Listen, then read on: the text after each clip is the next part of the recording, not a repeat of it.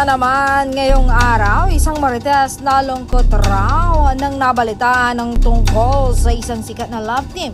Bago tayo pumunta sa pinaka-exciting ng parte ng balita, mag-like ka muna at mag-subscribe. Ito na nga. Aminadong nalungkot ang isang marites nang mabalitaan mula sa isang source niya sa isang insiders na tila hindi na umano ganun ka-sweet itong love team couple na ito sa isa't isa.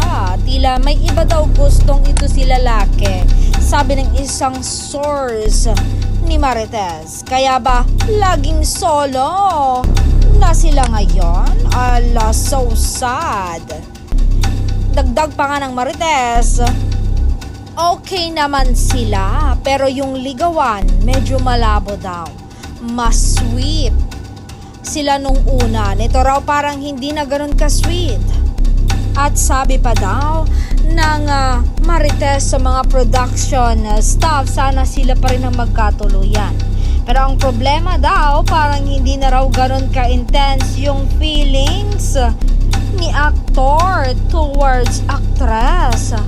Dahil si actress talagang passionate sa acting. Tapos kung ano lang yung dumating, ganun lang siya. Ala, sino kaya ang aktor at actress na ito na love team couple? Sana nga hindi sina Donnie Pangilinan at